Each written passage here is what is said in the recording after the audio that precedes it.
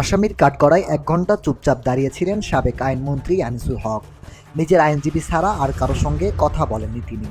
বৈষম্যবিরোধী ছাত্র জনতার আন্দোলনে যাত্রাবাড়ীতে একজনকে গুলি করে হত্যা মামলায় তার ৩ দিনের রিমান্ড মঞ্জুর হয়। এ সময় তাকে বেশ বিমর্ষ দেখা যায়। কাঠগড়ায় আনিসুল হকের ডান পাশে দাঁড়িয়ে থাকা হাজী সেলিমকেও বিমর্ষ দেখাচ্ছিল। মাঝে মধ্যে তিনি তার আইনজীবীর সঙ্গে কথা বলছিলেন। হাজী সেলিমের পেছনে দাঁড়িয়েছিলেন তার ছেলে সোলাইমান সেলিম।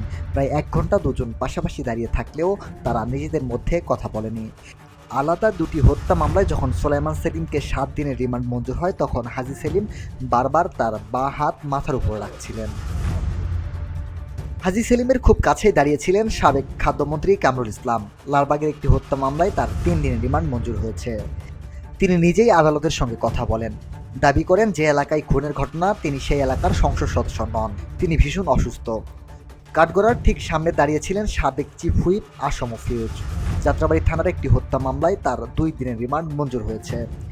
এর আগে আজ বুধবার সকাল ৮টার পর পিজন ভ্যানে আমির হোসেন আমু, আনিসুল হক, সালমান এফ রহমান, দীপুমণি, রাশেদ খান মেনন, হাসানুল হক ইনু, কামরুল ইসলাম আসম ফিরোজ, সাদেক খান, জুনায়েদ আহমেদ পলক, এবিএম ফজলে করিম চৌধুরী প্রমুখ আওয়ামী লীগ নেতাসহ সাবেক মন্ত্রী, প্রতিমন্ত্রী ও পুলিশের ৩ কর্মকর্তা সহ ১৪ জনকে আদালতে হাজির করা হয়। এরপর সকাল ৯টার পর তাদের পুলিশি পাহারায় আদালতে তোলা হয়। এরপর ঘণ্টাব্যাপী শুনানি শেষে তাদের আবারও পিজন ভ্যানে করে কারাগারে পাঠানো হয়। VOD Bangla news desk.